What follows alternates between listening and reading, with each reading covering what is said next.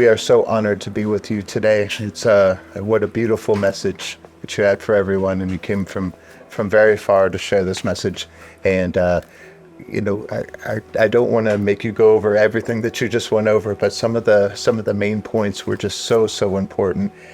First of all, of not giving someone else the pen and to write the story of our life, if I said that eloquently enough. What are the things that, for those that were not here today, that people should take away the most from what you're able to share with them? I think we have firstly, I have come here to learn from everyone. The day you have not learned something new is a lost day indeed. So I've come here, in fact, to Dallas, on this full trip, to learn from everyone. There is good in everyone. Let us pick up that good from everyone. And as I said, this human life, it is a priceless gift that has been given to us. We do not realize the value of the human birth. It is so priceless, it is so rare, and it is for such a limited period. Therefore, we must see that we make the most of this limited period that has been gifted to us by God.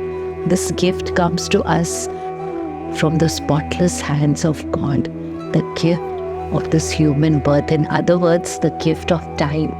Time is our most precious possession, but we are not at all careful on how and where and on what we spend our time.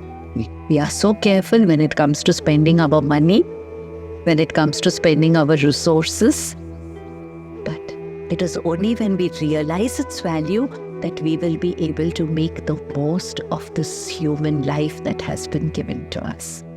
And to make the most of this human life, usually we think making the most is doing it with speed. But that is not making the most of our life. Just doing is not important. That is not making the most of our life. Just doing is not important. So therefore, to make the most of our lives, we need to focus on 4 things. The first thing is, while writing the story of your life, do not hand over the pen to somebody else. Every day we have the choice to write our own story.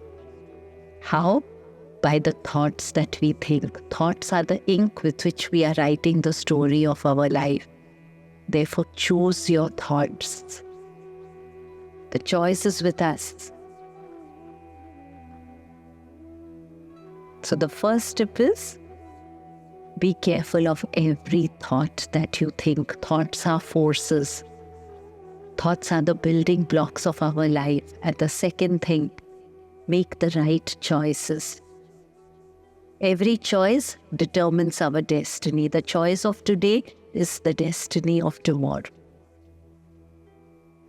And to think right and to make the right choices, we need the light of wisdom. And that light of wisdom comes when we are connected to the source of wisdom, to the source of light, and that, for want of a better word, we call God.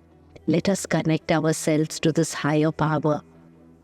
Therefore, every day we should have what we call PQT, personal quiet time. Spare some time every day and enter into the depths of silence within you. Within you is everything that you need. We are searching for happiness, for joy, for peace, for love outside. And therefore, we never get it. Because that is ephemeral, it is transient, it comes and goes. If we have to describe this world in one word, it would be uncertain. We are not certain about anything. Are we certain about our health? No.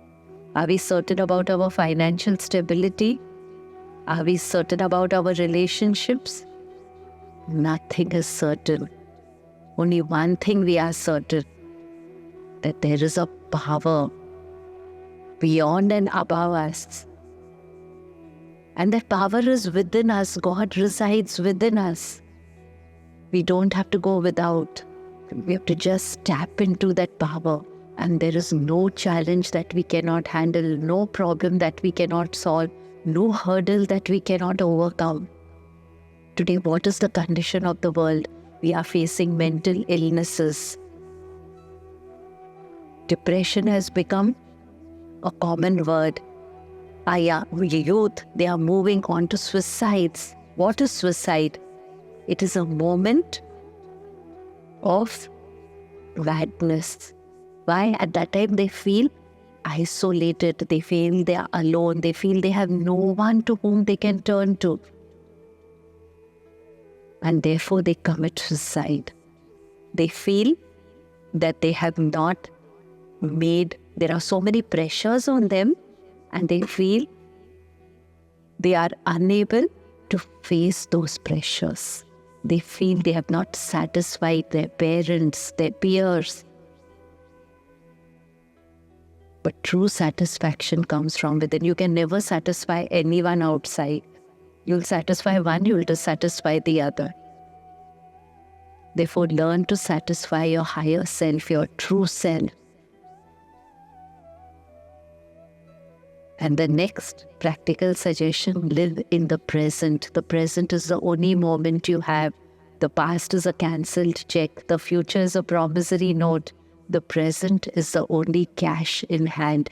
Therefore, live in the here, live in the now. And when you live in the here, live in the now, you realize that you are here to help others. Then your hearts become soft.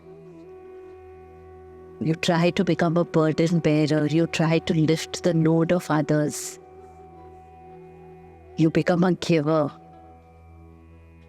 And the more you give, automatically the more you receive. That is the law of life. Absolutely. And I think a big part of what people are struggling with today is letting go of things in the past or things that they're holding on to. What is the best way for this? Firstly, be aware that you're holding on. We are not even aware. And once you're aware, keep on reminding yourself, educating yourself that by holding on, I'm only making myself unhappy. Do I want to progress? Do I want to make the most of my life? Then it is only when I let go. The more we think about this, contemplate about this, the more we will understand. And what advice do you give to somebody who's just beginning their spiritual journey, or those that are well into it? Because it might be the same. I think spirituality in one word is awareness. Aware of every thought that you think, aware of every word that you speak, and aware of every action that you perform. If only we practice awareness, and awareness comes easily when you are in the present. Just be aware of what you're doing now. Our difficulty is we are either, as you said, either in the past or in the future. Our master, he was always happy, always content, always spreading joy. He had a spring in his step, and they asked him, what is your secret? He said, my secret is a very simple one. When I eat, I eat. When I work, I work. When I sleep, I sleep. And we said, that's what we do. He said, no, when you're eating, you're not at all eating. You're not there. Today, what are we doing? When we are eating, we are not with the family with whom we are sitting. We are on our phone, trying to connect with someone who's far away from us. When we are working, we are overthinking. We are not focused on the work ahead. What are going to be its repercussions in the future? We are thinking of that. Yeah. And within your spiritual journey, when did that begin, or when did you realize that you had to share these words and these thoughts with the world? I don't think I have to share. As I said, I have come myself to learn. It's a give and take. But I was very fortunate. My spiritual journey began at a very young age because my parents were followers of Sadhu Vaswani, and we were brought up in that atmosphere. So it came very naturally to us. I love that. And also I think that right now people are searching for wisdom. They're searching for, within themselves. And you see this go in waves, but right now, do you feel like people are in a good place to accept these good words? Of course, this is the right time. The time spirit is in our favor. And it is already too late. We have to make the transition. We have to create a better world. And we have to leave a better world for the future. That is the responsibility on our shoulders. A world full of peace and plenty. There is enough in this world for everyone's need, but there is not enough for everyone's greed. Therefore, we must learn to focus on building ourselves. Our focus is on the external world. Let us shift our focus from outside to ourselves. In vain we build our cities glorious when man unbuilded goes. We are going unbuilded, but we are busy. Our time is spent only in doing things outside. You have such a wonderful light about you, and I have to know your source. What is your source of happiness? What makes you? My source of happiness is only that power of connection and the grace of the masters. I know they are with me, by me, within me, ahead of me, around me, guiding me, guarding me, protecting me. And what is our best way to start and end our day? Because we need all the guidance that we can get here. The best way to start your day is with silence. Enter within, connect with the Creator, and charge yourself. And end your day with gratitude. Feel grateful for the gift of the entire day. Feel grateful for all the experiences that you received during the day. Feel more grateful for the challenges that came your day, because it is challenges that strengthen you. It is challenges that build you. Welcome challenges, welcome friends. They are our true friends. Love that. And any final words of that you want to leave us with to send us on our way in the best way? Final word is, take care of yourself. Self-care. And self-care with S capital, not care of the body. When we ask anyone, who are you? We give our name. But the name is not who we are. It is only our identity. And it keeps on changing. How many times we change our names? Neither is the profession our identity. We keep on changing our professions. We keep on changing our roles. We are children. Time comes when we become parents. Therefore, realize your identity. Realize who you are.